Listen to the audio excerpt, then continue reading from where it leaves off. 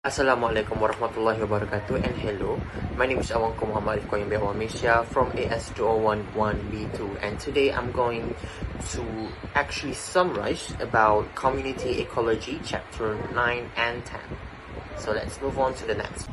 Alright, so there's actually 6 steps of community ecology: competition, predation, parasitism, herbivore, disease, and mutualism. A single species population interact with other species, and the interaction can be either positive, negative, or even neutral. But before that, I am going to actually summarize about few of these types of community ecology, which are the competition, predation, cannibalism, and also mutualism.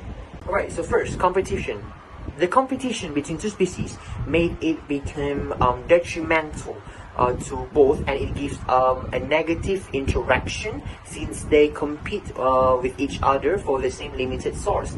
So there are 3 modes of competition, which are: the first one is interference, direct aggressive interactions between individuals; intraspecific, which means competition with members of own species; and the third one is interspecific, which means competition between individuals of 2 species, reduced fitness on both. Alright, so next is mutualism. Mutualism is a positive relationship that gives benefits toward both species to either enhance their survivability, growth, and also even fitness. They are either symbiotic or non-symbiotic relationship, and also it can be either obligate or even facultative. So first one is obligatory, means that it is obligate for an organism to cannot survive if the partner of the mutualism itself are absent.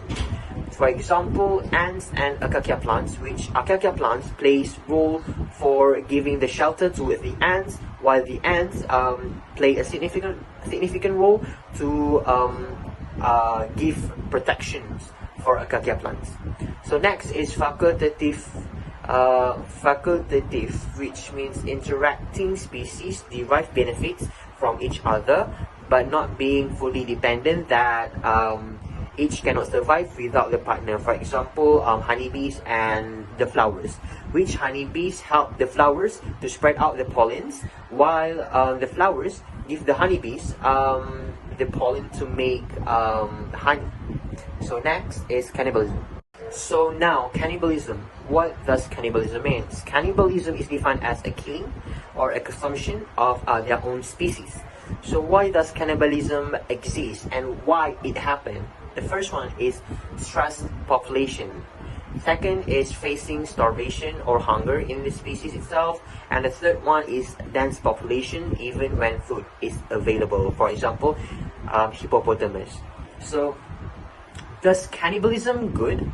Based on what I actually understand, it has pros and cons, but mostly pros, because it promotes selective fitness advantage and increase the longevity lifespan, because there are enough food source and there's no competition between their own species. Also, it can eliminate potential intraspecific competition and also provide meal. So, fun fact about cannibalism is that 50% of terrestrial cannibals are herbivores, most appropriate to counter for because of shortage of protein, for example, snakes. So now, predation. Predation is to detriment of the organism being consumed, which the prey itself. Predation supplies energy to prolong life and also encourage the reproduction of the organism by doing the killing, which is the predator itself. But now I'm not going to talk about the predator or the predation, but about the prey defenses. So there are various kind of defenses that they are giving advantages to the prey itself to protect and to fight from predators, which are, for example, chemical defenses, warning coloration, mimicry, cryptic coloration, flashing coloration, armor and weapon, alarm call, which is the behavioral defenses, and also predator satiation.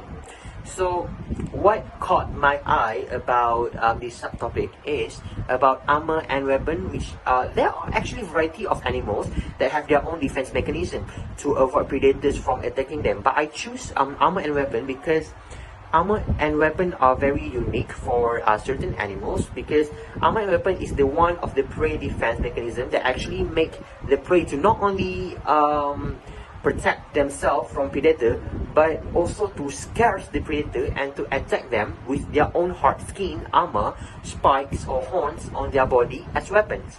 That is very impressive.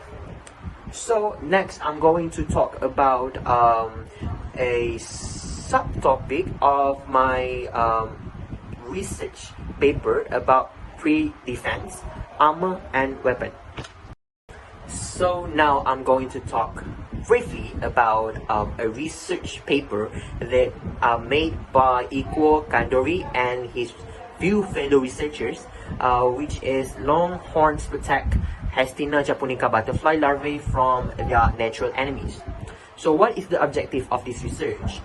This objective is to investigate the role and the effectiveness of the horns as a physical armor and shield to protect them from predators.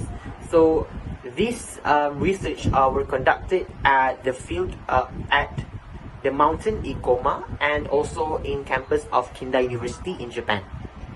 The methods are very simple, and I'm not going to talk about the details of the methods, but in short, they release the butterflies and differentiate between 3 larvae butterflies. The first one with their horns intact, the second one is their horns were being cut out, and the third one is it is cut out but they attach back with different individuals of horns, which is the other horns. Next they release the wasp in the cage, and then they observe the survivability of those 3 larvae. Are they safe or are they not? So next is the summary of result and discussion after the data was recorded.